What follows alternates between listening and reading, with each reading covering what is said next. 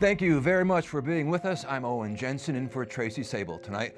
Our top story right now, President Joe Biden faces accusations of mishandling potentially classified documents after he earlier criticized former President Donald Trump for similar allegations. Now both are under investigation.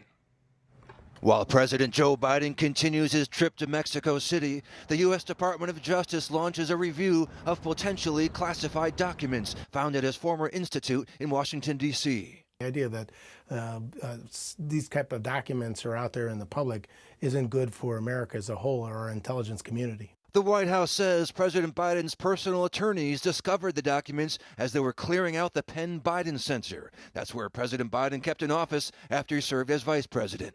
So the only way Joe Biden can really get in trouble here is if he or staff on his behalf obstruct the investigation. And so far, there doesn't appear to be any evidence of that. U.S. Attorney General Merrick Garland assigned a federal prosecutor in Illinois to investigate. Meanwhile, the Trump campaign calls for even more scrutiny, asking, when is the FBI going to raid the many homes of Joe Biden, perhaps even the White House? These documents were definitely not declassified.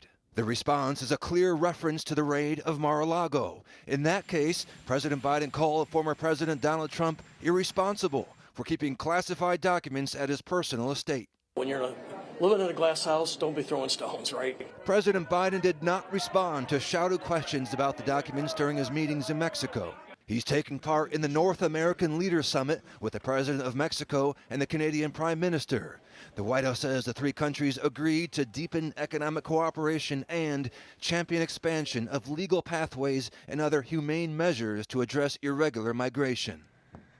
And joining us tonight with more reaction is Mike Davis, founder and president of the Internet Accountability Project. Mike, welcome back. Thanks very much for being here. Appreciate it. Let's get right to it. Your reaction to the discovery of these documents, pretty surprising today at the Penn Biden Center. Yeah, so President Trump had the absolute constitutional power as commander-in-chief and the statutory power under the Presidential Records Act to declassify and take personal copies of any of his presidential records, whether they were classified or not. In contrast, then Vice President Joe Biden absolutely did not have this power. And the fact that he took classified records, particularly about Ukraine, when there's smoking gun evidence that Joe Biden, his son Hunter, and his brother James were on a Ukrainian oligarch's payroll, shows that he illegally stole government records. And there needs to be, at a minimum, an intel assessment done to determine who had access to these classified records in this unsecured office space that Joe Biden used on Capitol Hill. President Trump gets as former president, gets federally funded office space, staff, security clearances, secure compartmented information facilities for classified documents, and Secret Service protection. Former Vice President Joe Biden had none of those things. You mentioned intel assessments. The AP reporting, I'll read this. This is just a short while ago. The top Republican on the House Intelligence Committee, Mike Turner, asking the U.S. intelligence community to conduct a damage assessment of the potentially classified documents. Is that what do you think about that? Yeah, absolutely. He absolutely needs to. Who had access to these records? Did Hunter Biden have access to these records? Did James Biden have access to these records? Did Joe Biden access these records on Ukraine when he's getting money from a Ukrainian oligarch? Did they use this classified material for their business interest? They absolutely need to do an intel assessment here. Let me read a tweet here now. We'll put it up on the screen. This is from Congressman Ronnie Jackson. There it is. And I'll read a quote. Biden knew for years that he's been storing highly classified documents in his personal office. He knew it when FBI agents were raiding Mar-a-Lago, and he knew it when he appointed a partisan special counsel. Have you seen that tweet and your reaction to it? Well, I'll tell you this. There's no question that Attorney General Merrick Garland has to appoint a special counsel here. Picking this U.S. attorney in Illinois is not going to cut it. They're saying he's a Trump appointee. No, he was a Durbin pick for the U.S. attorney slot. They need to have a special counsel to look into this, to do the investigation.